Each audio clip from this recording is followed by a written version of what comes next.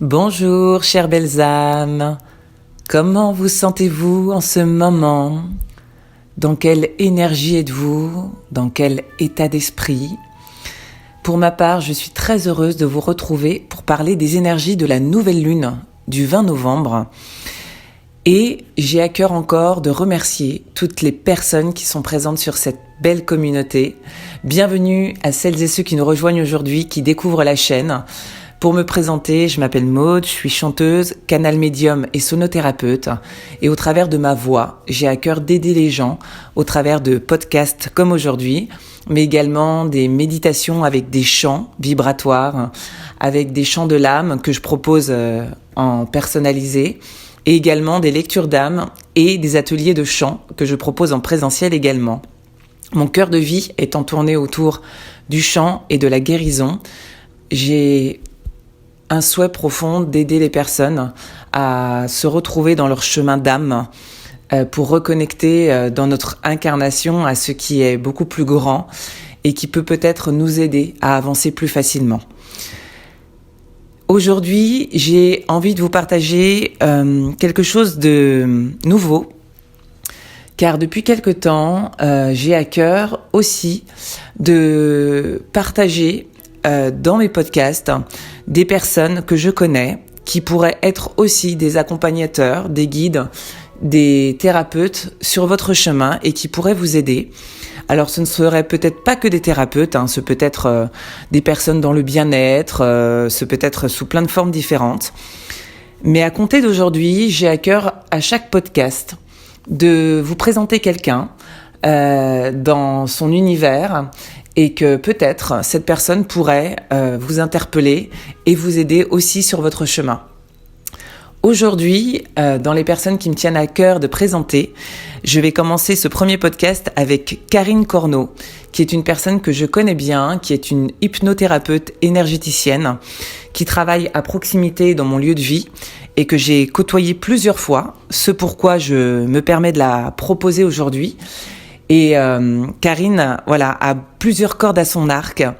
Elle peut proposer de l'hypnose pour traiter des problèmes de dépendance, tabac, alimentation, anxiété, toutes sortes de phobies ou encore des troubles de sommeil. Mais elle propose également de l'hypnose régressive spirituelle qui permet justement d'aller chercher sur un plan plus profond au niveau de l'âme des mémoires importantes à dégager et à aller prendre conscience. Elle fait également des soins énergétiques en présentiel et à distance. Donc, n'hésitez pas, je vous mets en barre de description les informations pour que vous puissiez aller voir ce qu'elle fait, prendre contact avec elle si vous le souhaitez de ma part, car c'est vraiment une belle personne, très douce, très professionnelle.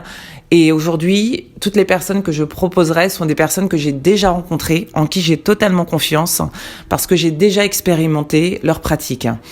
Donc n'hésitez pas à faire appel à Karine Corneau, que ce soit en présentiel ou en distanciel, pour une séance d'hypnose ou énergétique. J'en viens aux énergies de la nouvelle lune du 20 novembre. Alors, mes guides dans ces énergies actuelles m'ont partagé des images qui étaient suffisamment fortes pour que j'essaye de le traduire en mots. Puisque pour ceux qui ne me connaissent pas trop, dans ma médiumnité, je fonctionne beaucoup en clairvoyance, en visuel. J'ai aussi beaucoup d'auditifs puisque je transforme et je reçois aussi dans mon canal auditif. Mais j'ai aussi beaucoup d'images, ce qui me permet souvent de créer des métaphores pour aider les gens. Et justement, pour cette nouvelle lune, qui est très particulière parce que en fait, on m'a montré que là, il y a eu, depuis le début d'automne, depuis le mois de septembre, une mise en terre. Alors, qu'est-ce que représente cette mise en terre ? Il y a plusieurs choses. Alors, ne considérez pas ça comme une mort, parce que la mise en terre, on pourrait se dire, ah yeah, super. Non, là, alors effectivement, le terme est fort, mais comment on me l'a traduit et comment on essaie de me l'exprimer, vous allez voir la suite.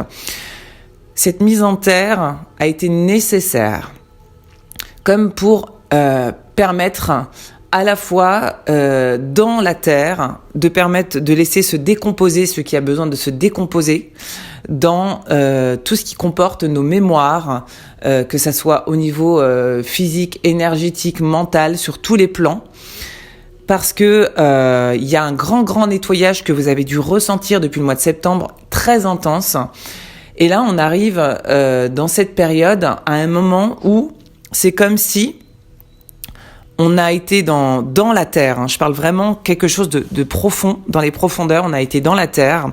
C'est comme si on avait des graines, des choses qui avaient besoin d'être renouvelées, d'autres qui avaient besoin d'être triées, d'autres qui avaient besoin d'être complètement laissées de côté.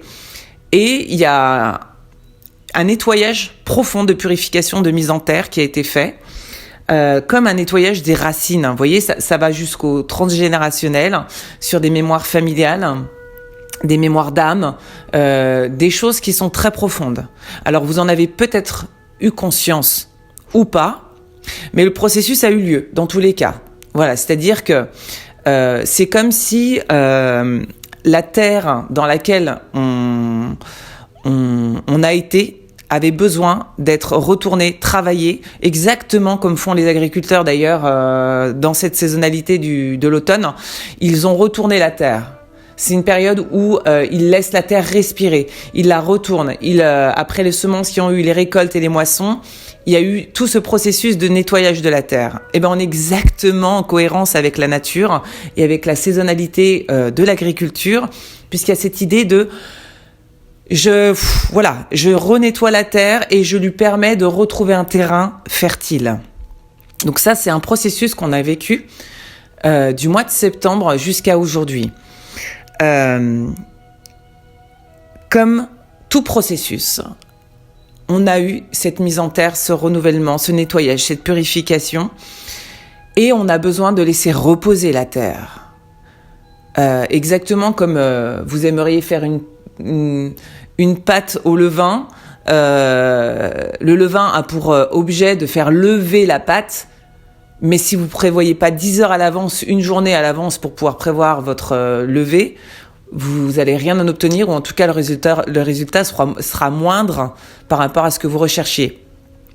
Et ce que mes guides sont en train de me dire, par rapport à ce qui se passe en ce moment avec cette nouvelle lune et ce qui va en advenir pour les semaines là, pour le reste du mois de novembre, et voire même du mois de décembre, hein, parce que c'est quelque chose qui prend du temps, c'est qu'on a les petites graines qu'on a plantées et qui sont dans cette nouvelle terre. C'est-à-dire qu'on a fait une purification, un nettoyage de tout ce processus sous terre, et que là, ils sont en train de me dire, on n'est pas encore à la période du printemps, parce que on n'est pas encore au moment d'éclosion, mais ils disent que ça demande du courage, de la foi, de la patience et de la persévérance pour croire qu'à un moment donné, tout ce que vous êtes en train de nettoyer, purifier dans cette nouvelle terre, dans cette nouvelle terre fertile, tout ce que vous avez nettoyé, purifié, va permettre de laisser émerger quelque chose de magnifique et de beau en vous. Et en fait, ce qu'ils essayent de me montrer dans ce processus qu'on vit, dans cette nouvelle lune qui est un nouveau départ, la nouvelle lune est un moment où on peut semer des nouvelles graines. Sauf que, ce que mes guides me disent, c'est que le résultat de ces graines, vous ne les verrez pas maintenant. Parce que ce n'est pas le temps et le moment de voir émerger, de éclore, de laisser sortir les nouveaux projets de terre. C'est pas le bon moment. Déjà parce qu'il gèle, parce que c'est pas la saisonnalité. Par contre, ce qu'ils sont en train de me dire, c'est que là, ce que vous êtes en train de vivre, c'est un grand processus de foi. C'est un grand processus de consolidation, de détermination, de persévérance et surtout de patience. C'est-à-dire que tout ce que vous êtes en train de vivre là actuellement, Sur le moment, vous ne comprenez pas. Sur le moment, vous ne voyez pas les résultats. Sur le moment, vous êtes dans le chaos, dans le truc, vous voyez trouble, vous ne savez pas où vous allez. Mais, dites-vous une chose. C'est que dans l'invisible, tout travaille. Et qu'est-ce qui travaille ? Eh bien, cette fameuse graine, toutes ces graines-là que vous avez purifiées, nettoyées après avoir retourné la terre, de préparer un terrain fertile, tout est en train de préparer à l'intérieur au fond. Tout est sous terre, tout est en train de se préparer. Mais je vais vous dire quelque chose de très très important et que mes guides insistent très fortement, c'est que si vous n'avez pas foi qu'il y a quelque chose de beau qui va arriver, si vous ne gardez pas cet optimisme, cette capacité en voir en vous quelque chose de beau, même dans plusieurs mois, eh bien vous allez laisser pourrir vos graines à l'intérieur. Et donc vous ne laisserez pas cette possibilité à ces graines de fertiliser, de grandir et de pousser sous la terre. Parce que pendant que vous êtes en train de vous dire « il se passe rien », eh ben c'est tout le contraire. Parce qu'il se passe des choses à l'intérieur de vous en ce moment. Et qu'est-ce qui se passe ? Eh bien ces graines-là, qui ont été semées à partir de cette nouvelle lune, elles sont posées sous la terre. Mais on vous demande d'avoir foi. On vous demande de croire en vous. On vous demande de ne pas baisser les bras. On vous demande d'être persévérant, d'être patient. Parce que la patience dans le monde dans lequel on vit est quelque chose de rare. On est tout de suite, maintenant. On vit tout dans l'immédiateté. Rendez-vous compte, prenez le constat, juste faites le constat de comment et dans quelle vie on est aujourd'hui et dans quel processus d'accélération. Tout est fait dans le système extérieur pour tout nous servir tout de suite maintenant, pour nous apprendre à ne plus patienter. En tout cas, moi, je suis assez à chaque fois surprise de voir que ça soit les nouveaux appareils, la nouvelle technologie. Allez, il faut qu'on passe en 5G, il faut que ça aille plus vite, il faut que le téléchargement aille plus vite, il faut qu'on ait des données tout de suite, il faut que les machines elles aillent plus vite, il faut que le café il sorte plus vite, il faut que la machine elle les sorte plus vite, il faut... Mais rendez-vous compte, c'est un truc de dingue. Mais vraiment, constatez dans quelle vie... Moi, j'ai été dans les années 80. Je suis des années 80. Et moi, j'ai un énorme contraste pour ceux qui ont vécu dans les années 80. Parce que j'ai la nostalgie parfois de ces années. J'ai la nostalgie de ces moments où on était tout le temps dehors, où... c'était un monde où on vivait dans l'instant présent, où on était vraiment beaucoup plus connecté au moment, à ce qu'on vivait avec les gens. Enfin, j'ai vécu ce paradigme et ce bouleversement d'avant les années 2000 et après. Et je me raccroche à ça des fois. Je vous jure que je suis obligée de revenir dans les années 80 dans mon corps pour me permettre de ralentir, pour me permettre de ne pas suivre ce qu'on m'impose dans la société. Et j'ai fait plein de choix dans ma vie. Que ça soit, j'ai plus de télé, je n'écoute plus les mainstream, j'écoute les informations sur des chaînes spécifiques locales ou sur des chaînes ou YouTube ou autres qui me permettent d'avoir les infos autrement avec d'autres sources. Je me retourne dans mon intériorité pour ne pas me laisser embarquer par le flot de la vie et ce tumulte perpétuel.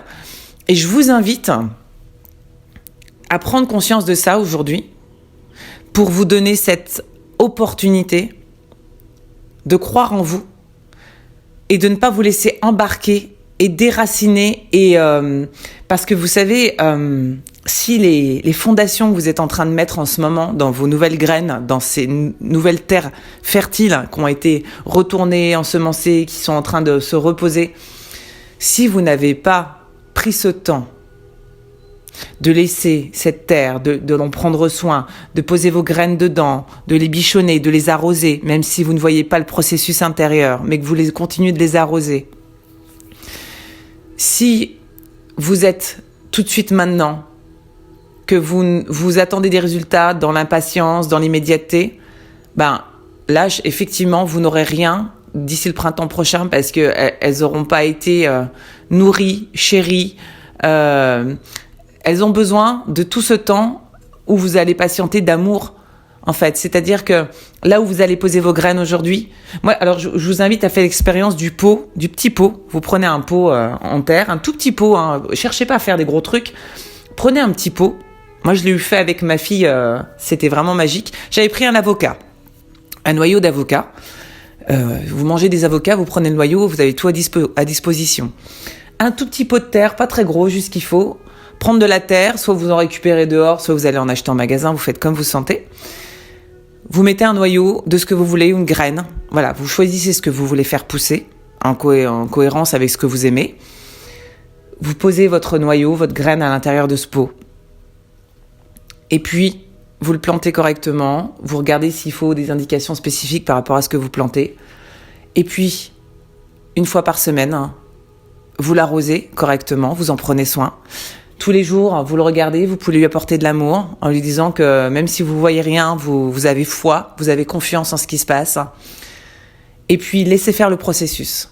Et vous savez ce que vous pouvez même faire pour aller plus loin dans le processus ? Moi, c'est ce que j'ai fait. J'ai vraiment vécu le processus d'alchimie avec des intentions particulières quand j'ai planté mes noyaux d'avocat. Et j'ai eu en plus une expérience très particulière, c'est que j'ai planté 2 noyaux d'avocat dans le même pot. Et il s'est passé des choses assez incroyables, donc je vous donne mon expérience personnelle. J'avais planté 2 noyaux d'avocat. Et j'avais fait l'expérience avec ma fille pour lui montrer comment ça fonctionnait la nature. Que justement, si on voulait avoir quelque chose dans la vie, il fallait être patient pour l'obtenir. Et que ça, c'est vraiment une grande qualité, la patience et la persévérance. Donc, on a mis les noyaux d'avocat 2 dans un pot adapté.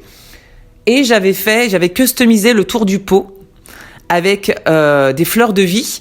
Et j'avais ajouté des mots forts en vibration, amour, joie, bienveillance, partage, que des choses, lumière, paix, enfin des vibrations qui étaient hautes. Je l'avais vraiment mis avec des couleurs que j'adorais, voilà.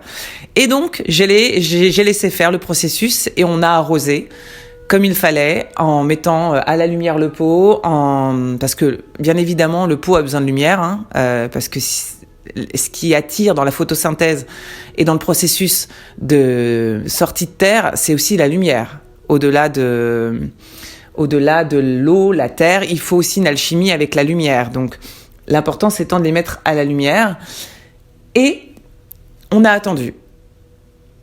Et au bout de plusieurs semaines, voire de mois, j'ai eu la première pousse et la tige qui est sortie. Et c'est extraordinaire de voir ce processus parce que même avec les yeux d'un enfant, alors moi mes yeux d'enfant se sont réémerveillés du coup, et ma fille a pu vivre cette expérience de près pour prendre conscience que c'était possible, que waouh, ça demandait du temps. Alors elle n'a pas la notion du temps parce qu'elle n'a pas la notion encore de l'heure comme nous, et tant mieux. Mais ça lui a fait prendre conscience quand même de cet espace-temps entre le moment où on l'a eu fait, dans la saisonnalité, dans les saisons, et au moment où ça pousse. Et l'avocat a commencé à prendre forme et à pousser, et à grandir. Et là, waouh, elle était émerveillée. Mais écoutez bien, j'ai pas fini la petite histoire. C'est l'histoire du train qui peut en cacher un autre, mais dans le bon sens du terme. C'est que j'en avais planté 2 de noyaux d'avocat. Et le deuxième, je me suis dit, moi-même, franchement, je me suis dit, bon, peut-être que, voilà, il y en a qu'un qui a pris et c'est l'histoire des 2 avocats et c'est comme ça, il y en a un qui a pris toute la place et qui a grandi, puis l'autre, il a pas pu venir, quoi. Mais j'ai laissé faire le truc en me disant, bon, ça devait être comme ça, certainement. Eh bien, figurez-vous que peut-être 2 mois après, 2 mois, ce qui est quand même pas rien, le deuxième avocat est sorti de terre. Et là, alors là, ça a été le deuxième effet qui se coule pour ceux qui ont connu la pub, pour revenir encore dans les années 80. Et là, j'ai fait waouh, mais là, si c'est pas un exemple de foi et de confiance, ça a été pour moi une révélation, quoi. Parce que moi-même, je me suis fait surprendre par le protocole et le processus, en fait. Et je me suis dit, mais déjà, on a eu la mise en lumière du premier avocat, et ce qui était extraordinaire. Et en plus, la vie m'a apporté un enseignement. C'est que même quand tu t'y attends plus, tu peux avoir des surprises. Et c'est là où, justement, j'en reviens au fait de vous dire, gardez la foi. Mais la foi, c'est pas juste « j'ai foi et j'attends ». Non, la foi, ça se cultive. comme vous allez planter une graine et vous allez en prendre soin et vous allez l'arroser, vous allez lui donner de l'amour et le mettre dans la lumière, votre foi, c'est exactement la même chose. Ça vous demande de la cultiver, de l'entretenir et d'y croire à chaque instant. Que même si vous ne voyez pas les choses tout de suite, sachez que l'invisible vous accompagne. Et dans l'invisible, il se passe beaucoup plus de choses que vous ne le croyez. Et qu'à partir du moment où vous remettez votre foi dans l'invisible, eh bien la mise en lumière se fera. Et vous verrez que l'alchimie entre l'invisible et la matière s'opérera. Et c'est tout ce travail de processus d'alchimisation qu'on est en train de nous proposer en ce moment. Vous ne savez pas où vous allez, vous ne savez pas comment, vous ne savez pas pourquoi. Vous pouvez très bien planter vos graines en disant, voilà, je veux juste que ces graines soient en accord avec qui je suis, avec mon être véritable, en reliant ça à mon âme. Je souhaite juste être dans l'amour, dans la paix, dans la créativité, dans la joie, Posez juste vos intentions dans les graines. Ou alors dites à vos graines, voilà, moi j'ai besoin d'avoir de la stabilité, j'ai besoin d'avoir de la sécurité. Apporte-moi ça quand ça sera le bon moment pour moi, dans ce que j'ai demandé. Ou alors j'ai besoin de trouver une relation saine, belle. Ou alors j'ai besoin d'avoir un travail qui soit aligné avec mes valeurs, avec des gens qui sont en phase avec qui je suis. Peu importe, posez, mais vous pouvez même avoir plusieurs souhaits. Vous pouvez planter plusieurs graines, comme j'ai posé deux noyaux d'avocat. Vous voyez le truc ? Mais allez-y, je vous invite à faire l'expérience et à garder la foi. Voilà, c'est vraiment le mot d'ordre, c'est soyez patient. Cultivez votre foi avec amour, bienveillance, avec persévérance, patience et laissez faire le processus. Et chaque jour un peu plus, quand vous allez regarder votre peau, quand vous allez regarder votre terre, quand vous allez regarder comment vous l'avez customisé, comment vous l'avez accompagné, rappelez-vous que c'est pour vous donner la foi de croire que tout est possible. Et laissez faire les choses. Et le jour où ça sortira, eh bien, regardez ce qui se passera dans votre vie autour de vous. Vraiment, je vous invite à le faire parce que le jour où ça sortira de terre, posez-vous la question de ce qui va se passer ou ce qui va émerger autour de vous dans votre vie. Voilà. Et au moment où je vous dis ça, j'ai le soleil qui se lève devant chez moi et qui apparaît parce qu'il était un peu caché derrière les nuages dans l'horizon. Et c'est juste magique, voilà. Même le soleil qui parfois est caché derrière les nuages, il faut la patience pour se dire qu'à un moment donné, il viendra éclairer ce qui a besoin d'être éclairé.